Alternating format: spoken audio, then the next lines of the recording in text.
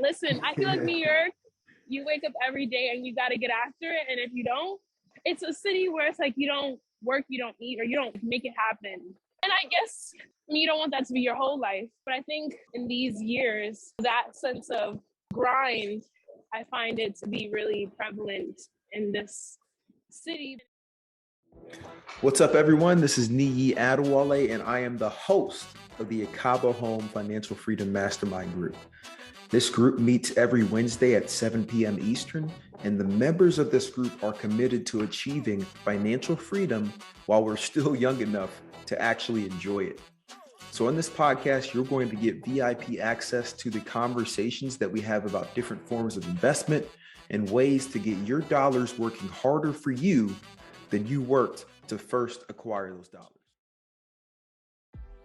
I'm happy and excited to bring you a new episode today, and we were joined by Monica Soyemi, who is a licensed realtor out in the New York area that is also an investor in that Northeast New York, Jersey, that Northeast sector. Monica is currently working through a couple flips. She's working as a realtor to help her clients close on different deals. And in this conversation today, what we really focused on was funding of these new deals. As a realtor or as a real estate professional, there's so much that you can write off to where that you can effectively pay not much or $0 in taxes on a yearly basis, but that does not necessarily help you qualify for purchasing more real estate. And so Monica and I get into how to do that in ways that we've been purchasing real estate. And I think you will find a lot of value in this episode. Monica, what is up? Hey, Nee. You sound a lot better this time. Are you out of the subway? I am out of the subway. Nice. Yeah. How have you been? I've been great. Happy birthday. Thank you. No, yeah. I appreciate it. I feel like I'm starting to get up there now. Oh my goodness. No. You're only a little old as you feel. Yeah, this is true. I still feel young, still doing stuff. So hey, we're going to keep chugging along. Absolutely. But yeah, so I wanted to hop on today to see if the person who was here last week, I briefly heard you say to come back on to share a little bit of an update. But yeah, things are going well so far. Still cash on with my current property, and I decided not to move forward with the major rehab in PA because of the location. Yeah, I decided it wasn't a good idea because of the location. It's in a very small part of Pennsylvania. And quite frankly, I just went to the Bigger Pockets conference in New Orleans. It was really great. Got to meet a lot of great investors, and also went to Invest Fest that was in Atlanta, Georgia. That was also, I don't know if you heard about Invest Fest. No, and you didn't hit me up. Come on now. I know. Yeah, you're right there in Atlanta. Oh my gosh. I'm kind of obsessed with Atlanta. I'm looking at possibly moving there, but who knows? I just love the city so much. But yes, the next conference or event like that, I will definitely let you know. Invest Fest was essentially a festival that was put on by Earn Your Leisure. I don't know if you've heard of them. Yeah, I follow them and I listen to their podcast. Yeah, so they had a festival. It was like a 2 or 3 day thing. No, it's 2 days. And they just shared a bunch of information on cryptocurrencies and the stock market and real estate and all different types of investing. It was about 4,000 people who came from across the country, people just eager to learn about investing. But it was the most unique conference / festival I've ever been to because, on the one hand, you have all these people who are learning about stocks and crypto and different forms of investing. But then you also have, which were really large panel discussions, but then you also have people like Jadakiss was there, and he did a performance to close out the festival. And then they shut down this club in Atlanta where all the attendees went to and, had like an after party. It was very Black, but it was also very investor friendly. So you got to go during the day to these great panel discussions, connect with all of these investors from across the country, but it still was very Black in terms of like all the food trucks that lined up outside during, the lunch break hour, all Black owned food trucks. Of course. And then you would hop back inside for the next panel. But they're definitely doing an Invest Fest 2022. This was their inaugural festival. They've never done it before. So this was the first time. And got to really connect with some great people from around the country and, you know, including with some people in the real estate space. And yeah, learned a lot. I mean, like, I wouldn't consider myself a major stock investor, but after going to that event, definitely started doing a little dance with my options trading and stock investing. So made a good little coin with that, but still heavily focused on real estate. But I think the Bigger Pockets conference was the most valuable because I actually met an investor there who's in Connecticut and has like maybe 12 Airbnbs in the Connecticut area. Yeah. And you know, he's well on track to, I think he's made like $500,000 so far just through Airbnb, and is on track to make, yeah, definitely over $500,000 by the end of the year, somewhere between half and $1 million. Like, Airbnb is a really profitable business model. And for me, I always kind of scared away from it because, you know, it's just like, okay, well, what if no one rents your space? And I love the consistency and reliability of long-term tenants, but quite honestly, you know, a little bit more risk, a little bit more reward. So Monica, now looking at, yeah. I love literally all that you just said. Like, this is pretty incredible. The Bigger Pockets one, I mean, that's one I need to start attending. And this Invest Fest is in the backyard. I didn't even know about that. Both of these conferences sound amazing. I love the fact that you're getting after it and going and getting out and meeting people. And to your point on that Airbnb piece, I was in the same boat as you as early as this year. But as we talked about before, I've definitely seen the benefits, and I'm all in on this Airbnb thing. I actually purchased, I think we talked about it, my personal home has an Airbnb downstairs, and that's been renting for an average of $2,500 a month. The best month was, and I just started that in April. The best month was July, I want to say, and it did 3,200. Congrats! Yeah. Thank you. One of the things you mentioned too, and then in August, I purchased a full home, 3-bed, 2-bath down the street, furnished it, and have been renting that out for between $4,000 and $5,000 a month, which is pretty cool. And then I recently partnered with another investor that's a flipper out here, and we just got her unit up and running. We got our first person checking in on Friday, and I'm just going to manage that one, and we'll split the profits. But oh my gosh, what you said about Atlanta is so true. That's one of the reasons I want to move here, is because it's like the Black capital. You see so many people like us doing well and willing to partner with each other. Absolutely. It's a whole different atmosphere because I feel like the Black experience there is really celebrated and highlighted, you know, whereas other parts of the country, it's definitely not the case. And just like the wonderful Black women, even investors, I met a lot of women who live there and they're like, oh, you got to move down here, Monica. But just them being investors as well and just being so willing to be helpful and just the whole vibe of the city. It's a really great place. And as someone, you know, I just turned 29.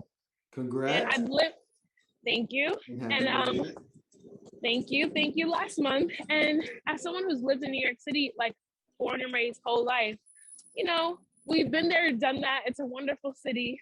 So I was like, maybe Atlanta for like 6 months or a year, just to see, you know.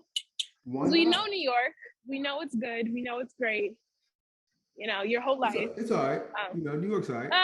Listen, I feel like New York, you wake up every day and you got to get after it. And if you don't, it's a city where it's like you don't work, you don't eat, or you don't make it happen. And I guess you don't want that to be your whole life. But I think in these years, that sense of grind, I find it to be really prevalent in this city. And if you don't, it's a city where it's like you don't work, you don't eat, or you don't make it happen. And I guess you don't want that to be your whole life. But I think in these years, that sense of grind, I find it to be really prevalent in this city. But you can experience that in other cities too. So in Atlanta, I think you got a taste of it probably with the Invest Fest, but Atlanta is one of those cities. People are hustling out here.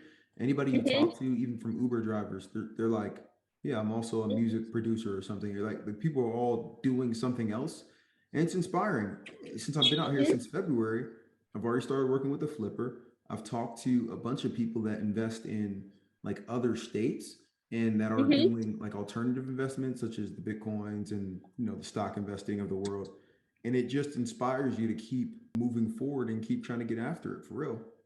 And I think personally, what my biggest hangup has been is, I am a realtor and I make my income mostly through real estate and other things. And so I've really kind of hit not a wall, but a bit of a hurdle when it comes to qualifying for homes, because I'm really trying to put the least amount down, have the lowest interest rate. But with that comes, a W-2, a pay stub, which you don't normally get as a realtor. True. You get great commissions, but it's not always Consistent. documentation stream. Exactly. Consistent enough to go to a bank and say, hey, you should give me a $500,000 loan. So because of that, I'm starting to work at a mortgage company, and I would actually be required to get my NMLS license to begin my role there on their sales team. But the benefit is really the salary, the knowledge I would be getting working on that end of the deal, being a realtor versus being on the lending side. Mm-hmm. And then too, they actually, as an employee there, they do offer money towards your down payment, money towards your closing costs, all those types of things, which would be an asset. And I do believe maybe working here for a year or two to just have that W-2 income to qualify for more homes will really give me the ability to escalate. Because of course the goal is not to work for anyone. True. But I think working for someone for this year or two in order to not have to work for anyone, I think will be really beneficial, because I've been trying to do it in a way where it's I want to be my own boss, and I'm obviously making cash flow now and all that. But I know in order to grow and get more homes and not be whacked over the head with crazy down payments and crazy interest rates, exploring that option. Agreed. And so with that, would you still practice as a realtor, or would you hang it up for the year or so that you were doing that? No, absolutely doing both. I think being a realtor has been really profitable, and it's very possible to do both. Mm-hmm. So I'm gonna definitely do both. And also as a realtor, and then on the NMLS side with having the lending experience, I could honestly, I would need to ask if I can, but I could represent myself for my own deals as a realtor and then do my own loans as a mortgage lender, which would be probably a good amount of work, but probably walking away with a $30,000-$40,000 check simply for doing those services, Yeah. of being my own realtor and being my own lender. So all that on top of buying below market and all that. But I think the knowledge with that license will also help with finding those below market deals and figuring out how to get, it's just the knowledge. I think that would be best. That is not a bad gig, and it's like I'm literally on the same track as you. I do have a W-2, but I recently got my realtor license because I have a couple of friends and others that I'm going to help out buy real estate as well as buy my own Nice. and start to Okay. build that on the side. But the goal is to eventually be able to walk away from W-2 work, keep the realtor license, and keep the investing going. And I think this Airbnb thing is what's going to help get there faster. So I'm super focused on acquiring more of those, either through Yeah. partnerships. I got two people in the pipeline that are going to partner with me here in the near future, and then also through just continuing to buy some of my own. So have you continued getting your deals now with your W-2 income? Has that been what you've been using to qualify for all your deals? Yes.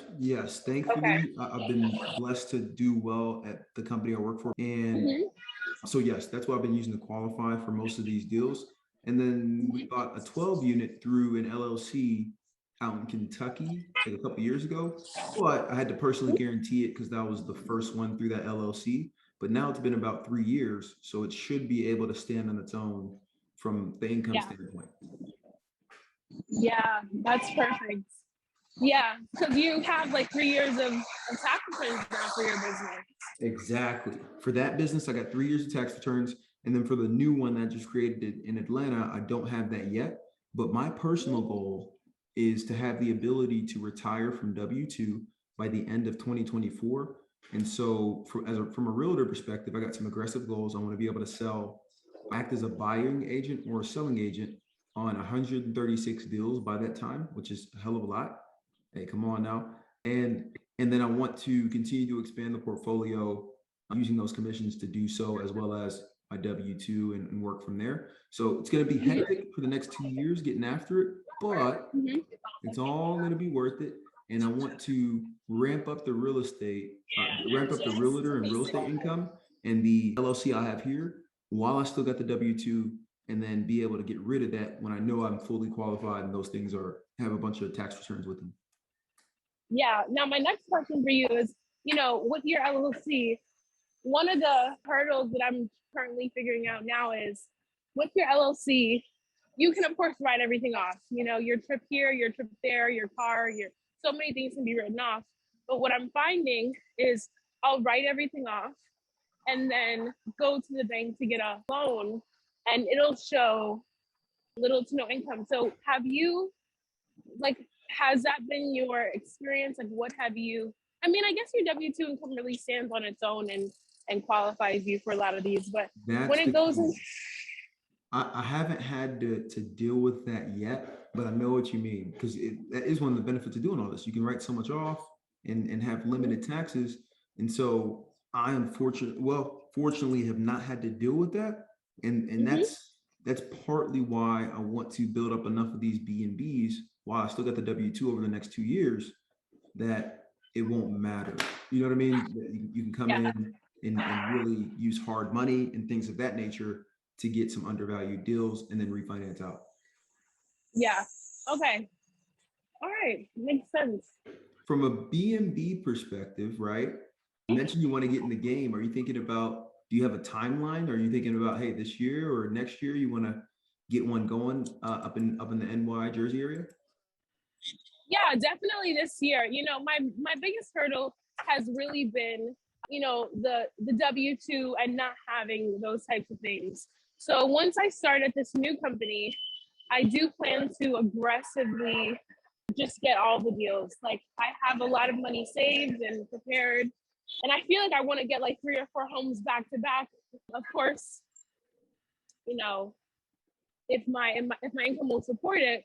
But yeah, there's a base salary at this new position, and I'll just use that base salary to qualify me for my first home. And then once that first home is done, I can pull the equity out of it and use that to get some Airbnbs to get the next home, because of course they're going to use that rental income to qualify you for more, and just try to keep all my debts as low as possible. But absolutely, I want to get my first Airbnb going in the tri-state area, by this year. So okay. They did offer me the position.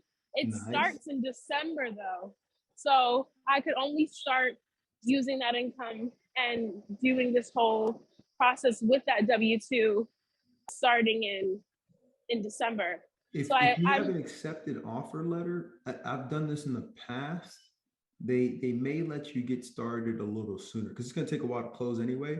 But when they're qualifying you, and you can talk to your lender, right? Or you're going to be a lender. Well, you're going to be a lender. You can talk to those guys. They may let you go ahead. Okay. Yeah, I will definitely ask them, what kind of options I have, and go from there. But yeah, as soon as I can, I'll ask them, if I can get an offer letter, because they said that I'm really strong. They want to offer me the position. I think I have like one more interview to go through, and then that's it. But yeah, I'm gonna see. I'm glad that you mentioned that, because once you get that offer letter, especially if I'm going to be using their mortgage side to qualify. I've done that a couple times, because I've changed roles with this company and whatnot, and gone up to higher roles. And like even this house I'm sitting in, they're like, hey, we need the offer letter, right? Because I hadn't started the role yet. And so I sent that to them, and they were able to use that for getting me qualified. Okay. All right. Good to know. So I'll go ahead and do that.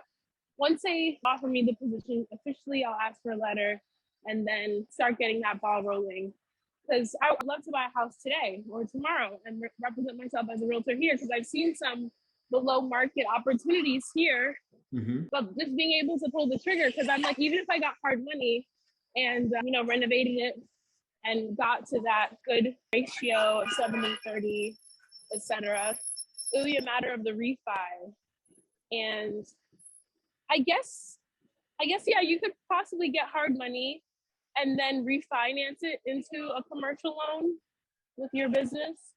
That could be an option. You could, but I put all this stuff on personal, except for the 112 unit we brought, and then I transfer it to the business because you get the 30-year terms. The only thing with commercial, oh, sorry. Please. The only thing with commercial is comes back to qualifying for the loan with your W-2 income and having that pay sub. So, getting the hard money, doing all the things, and then when it's time to refinance out of it, it's going to be a matter of, okay, now can you provide that? And so I guess I could get a hard money loan now. If you have a renter in there, like if you're able to secure it and get a long-term renter, they can still qualify you. It just may be a different amount, but they can still qualify you for a refinance as long as you have landlord experience. All right, that was our episode with Monica Soyemi. I just want to thank you again for tuning in. We truly appreciate your support. And if you like the episode, we want to hear from you. We're trying to craft this content in a way that's impactful for you. So we need your reviews, we need your ratings, and we need you to go ahead and click that subscribe button so that you can be updated when new episodes post on Wednesdays. Lastly, if you are interested in joining the Financial Freedom Mastermind weekly meeting, there are a couple links in the show notes that you can scroll down to, click, and there's some contact information there. We look forward to hearing from you.